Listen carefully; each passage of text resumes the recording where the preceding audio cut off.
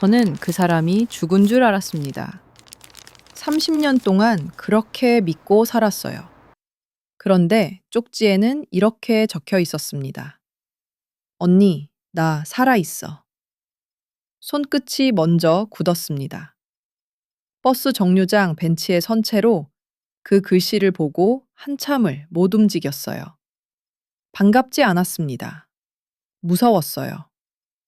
죽은 사람이 살아서가 아니었습니다. 그 쪽지 한 장이 제가 30년 동안 꽉 눌러 덮어뒀던 그날을 같이 끌고 올라오는 것 같았어요. 그날 복순이가 불 속으로 뛰어들 때 저는 멈췄습니다. 한 발짝만 내디뎠으면 됐는데 그 발이 떨어지지 않았어요. 쪽지 뒷면에는 더 적혀 있었습니다. 미안해서 연락 못했어. 오래 아팠고 오래 누워 있었어. 이제야 이렇겠어. 보고 싶었어. 그리고 전화번호 하나. 저는 그 번호를 보면서도 누르지 못했습니다. 복순이 목소리를 듣는 순간 제가 먼저 해야 할 말이 뭔지 알고 있었거든요. 30년 동안 입 밖에 한 번도 못 꺼낸 그 말이 전화기 위에서 걸려 있었습니다. 그날 밤 저는 번호를 눌렀다가 3번을 끊었습니다. 제 이름은 최명순입니다. 올해 68이에요. 그날로 돌아가려면 45년 전부터 시작해야 합니다.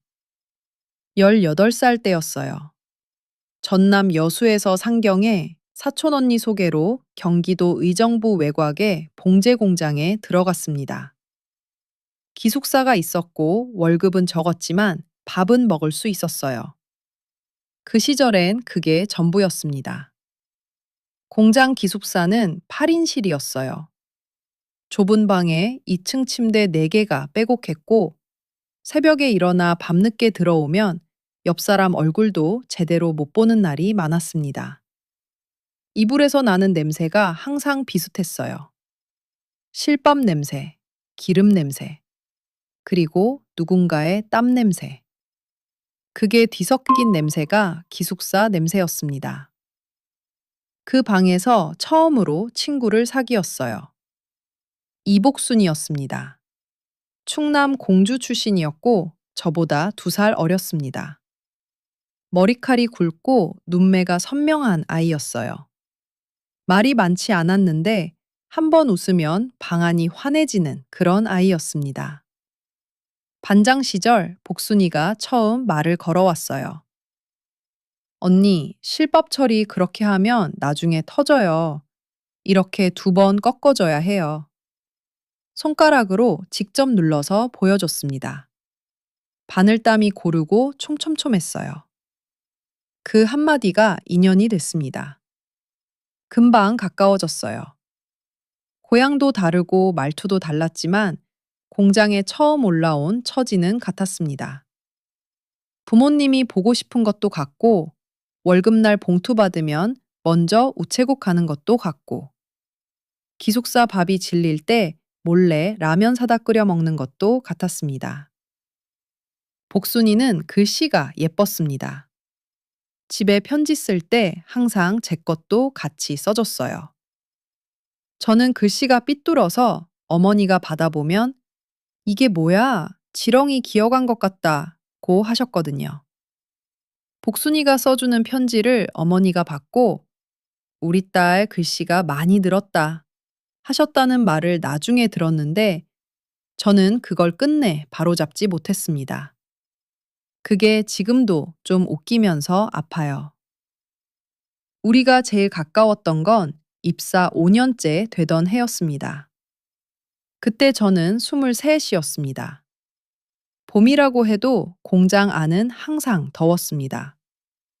재봉틀 수십 대가 한꺼번에 돌아가면 열이 올라서 환기창을 열어도 크게 차이가 없었어요.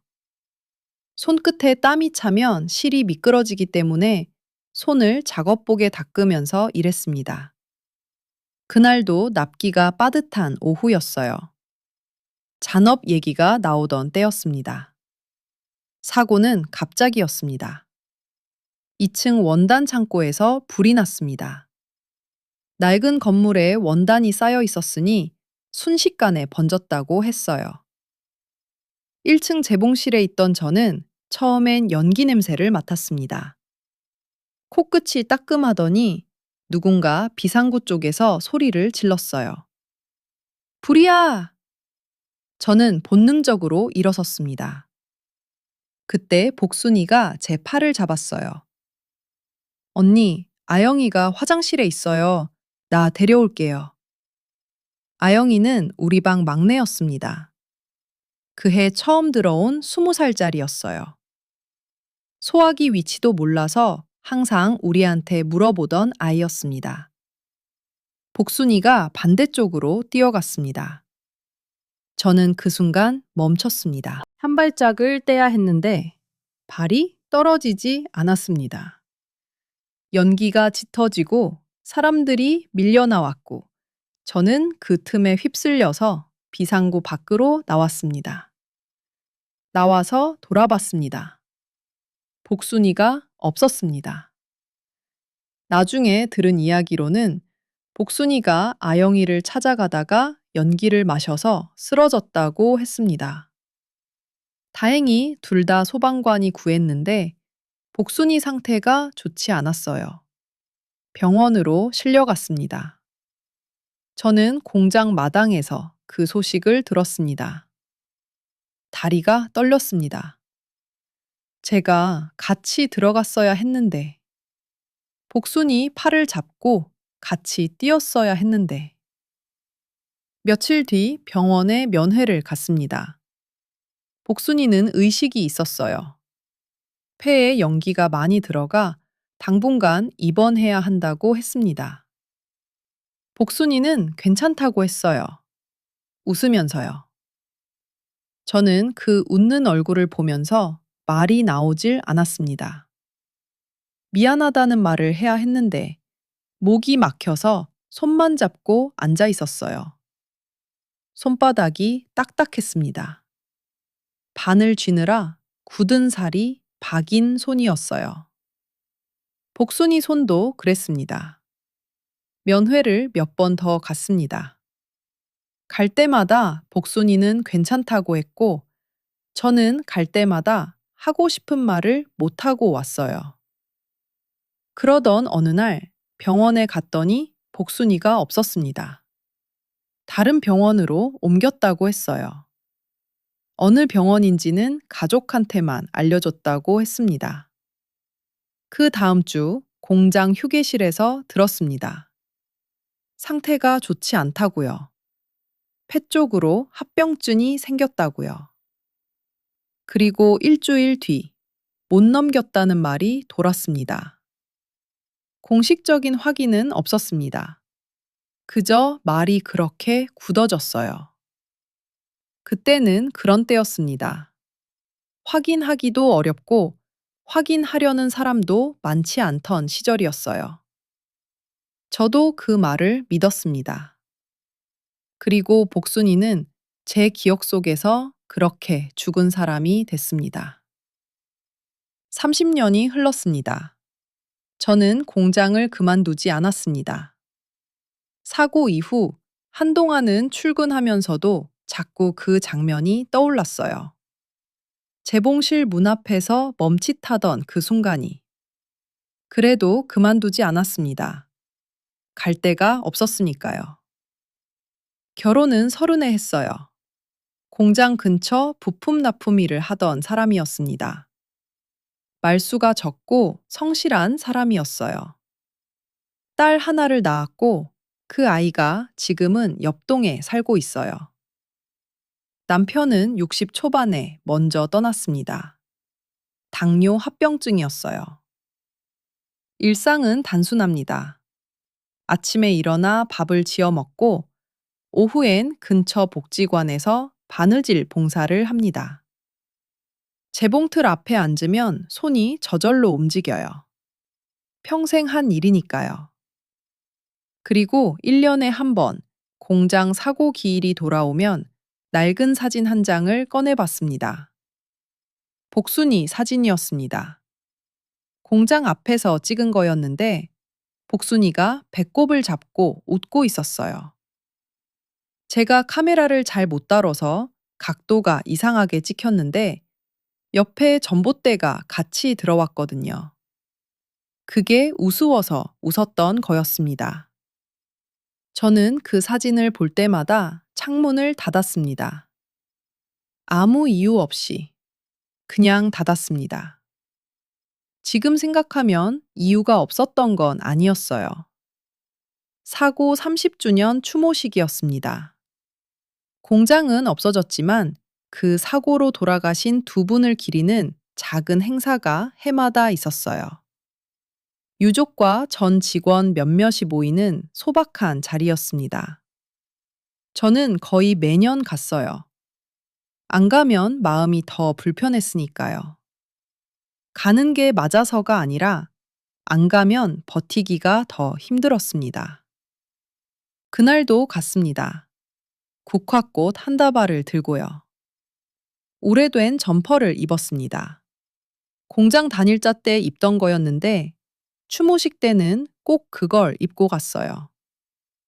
왜 그러는지 누가 물어봐도 대답하기 어려웠습니다. 그냥 그 옷을 입고 가야 한다는 생각이 들었어요. 행사가 끝나고 사람들이 하나씩 빠져나갔습니다. 저도 국화를 내려놓고 나오는데 담당하는 청년이 저를 잠깐 불렀어요. 방명록 서명이 빠졌다고 해서 돌아갔습니다. 짧은 시간이었어요. 이름 쓰고 다시 나왔을 때는 주변에 사람이 거의 없었습니다. 그때 어떤 여자가 서 있다가 빠르게 걸어 나가는 게 보였어요. 나이가 꽤 들어 보였는데 얼굴은 못 봤습니다. 그냥 그런 사람이 있었구나 하고 말았어요. 버스를 기다리면서 점퍼 주머니에 손을 넣었습니다. 차가웠어요. 그런데 손끝에 종이 같은 게 잡혔어요. 꺼내 봤습니다. 작은 쪽지였습니다. 접힌 채로 주머니 안쪽 깊숙이 박혀 있었어요. 낡은 종이라 테두리가 너덜너덜 했습니다. 펼쳤습니다. 언니, 나 살아있어. 손이 굳었습니다. 버스가 왔습니다. 탔는지 안 탔는지 기억이 없어요. 정신을 차렸을 때는 버스 안이었는데 어디에 앉아 있는지도 몰랐습니다. 손에 쪽지만 쥐고 있었어요. 뒤에 더 글씨가 있었습니다. 미안해서 연락 못했어. 오래 아팠고 오래 누워 있었어. 이제야 이렇게 써. 보고 싶었어. 연락처가 적혀 있었습니다. 집에 와서 오래 앉아 있었어요. 전화기를 손에 쥐고 번호를 눌렀다가 끊었다가를 몇 번 반복했습니다. 살아있다고 했습니다. 30년 동안 제 기억 속에서 죽어 있던 사람이 전화를 하면 그 다음에 제가 무슨 말을 해야 하는지 알고 있었습니다. 하지만 그 말이 입에서 나올 수 있을지를 몰랐어요. 30년이나 담아뒀던 말이니까요. 그날 밤은 전화하지 못했습니다. 다음 날 전화를 했습니다. 목소리를 듣는 순간 알았습니다.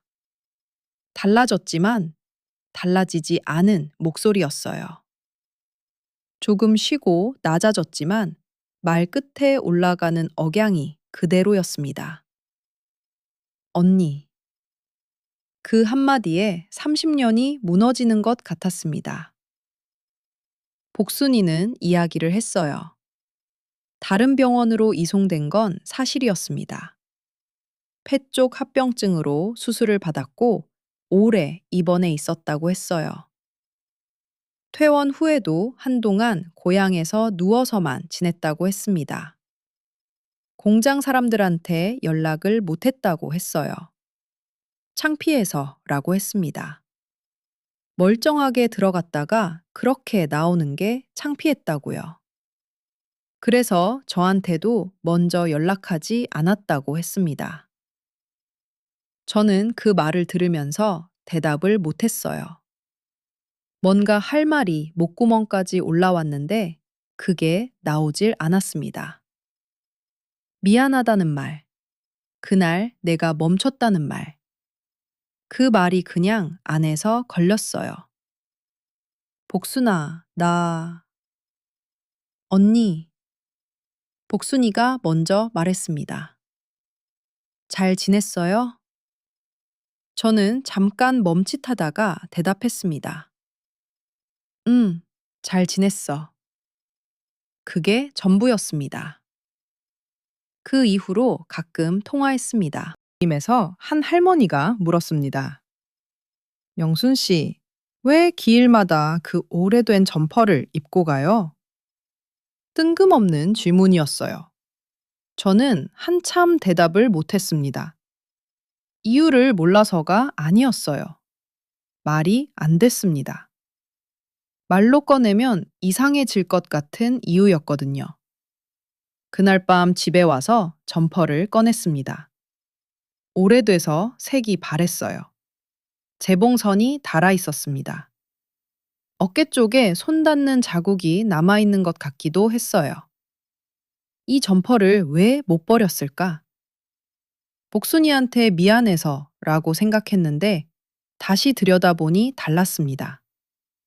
복순이는 원망 안 한다고 했어요. 그 말을 들었습니다.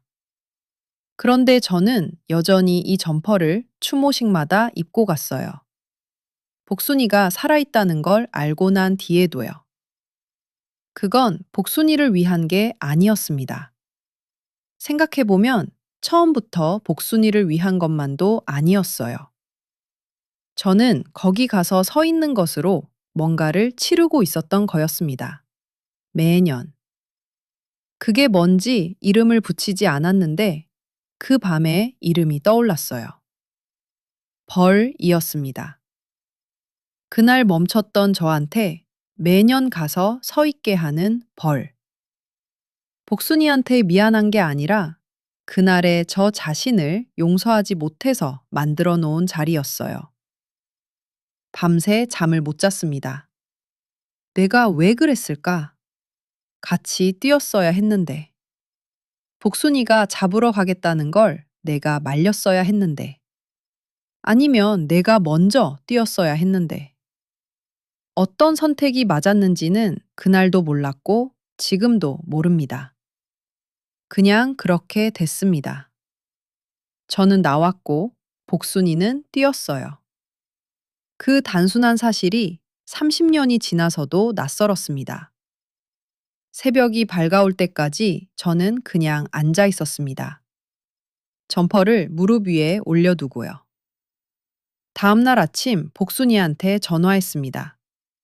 오전 8시였어요. 이른 시간이었지만 복순이는 이미 가게에 나와 있었습니다. 반찬 냄새가 전화기 너머로 들리는 것 같았어요. 된장이랑 참기름 냄새. 왜요? 무슨 일 있어요? 아무 일도 없다고 했습니다. 그냥 목소리 듣고 싶어서 라고 했습니다. 복순이가 잠깐 조용하더니 말했습니다. 나도요. 그 짧은 대답에 뭔가가 조금 풀리는 것 같았어요. 복순아, 나 그날 멈칫했어. 말이 나왔습니다. 알아요. 복순이가 바로 대답했습니다. 나도 멈칫했었어. 연기가 올라오는데 발이 안 떨어지더라고. 어떻게 하다 보니까 뛰었던 거야. 저는 한참 말이 없었습니다. 언니, 그런 순간에 영혼 같은 사람은 없어요. 그냥 그 순간에 어떻게 됐는지가 다를 뿐이야. 복순이를 직접 만난 건 그 통화가 있고 2달 뒤였습니다. 공주까지 버스를 타고 갔어요. 3시간 넘게 걸렸습니다. 창밖으로 논이 지나갔어요. 늦봄이라 연두빛이 막 올라오고 있었습니다. 복순이 가게 문을 열었을 때 복순이가 카운터에 앉아 있었습니다. 30년이었는데 알아봤습니다. 머리가 휘어졌고 얼굴에 주름이 생겼지만 눈매가 그대로였어요. 선명한 눈매. 한 번 웃으면 환해지던 그 눈이. 복순이도 저를 알아봤습니다. 둘 다 한동안 말이 없었어요. 그러다 복순이가 말했습니다. 왔어요? 저도 말했습니다. 왔어. 가게 한켠 작은 테이블에 앉아서 밥을 먹었습니다. 복순이가 직접 만든 반찬들이었어요. 시래기 나물, 콩 자반, 멸치볶음. 소박하고 구수한 맛이었습니다.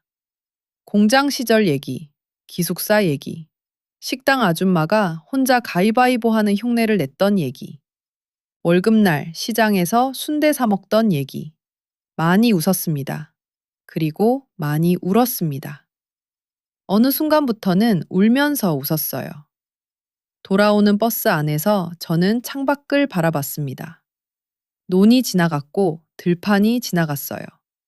저는 그 풍경을 보면서 잠시 눈을 감았습니다. 집에 돌아와서 낡은 점퍼를 꺼냈습니다. 오래 봤습니다. 그리고 세탁기에 넣었습니다. 버리려는 게 아니었어요. 깨끗하게 빨아서 입으려고요. 추모식 때도, 복순이 만나러 갈 때도, 평소에도 그게 맞는 것 같았습니다. 빨래가 끝나고 점퍼를 꺼내 베란다에 널었습니다. 바람이 불었어요. 소매 끝이 천천히 흔들렸습니다. 저는 한참 그걸 보고 있었습니다. 딸이 카톡을 보냈습니다. 내일 저녁 같이 먹자고요. 저는 알겠다고 답하고 부엌으로 갔습니다. 저녁을 차렸습니다. 혼자 먹는 밥이었는데 그날따라 맛이 좋았습니다. 긴 이야기 끝까지 함께 해주셔서 고맙습니다. 우리 집 이야기 채널에는 아직 전해드리지 못한 사연들이 계속 기다리고 있습니다. 구독해두시면 그 이야기들 빠짐없이 전해드리겠습니다.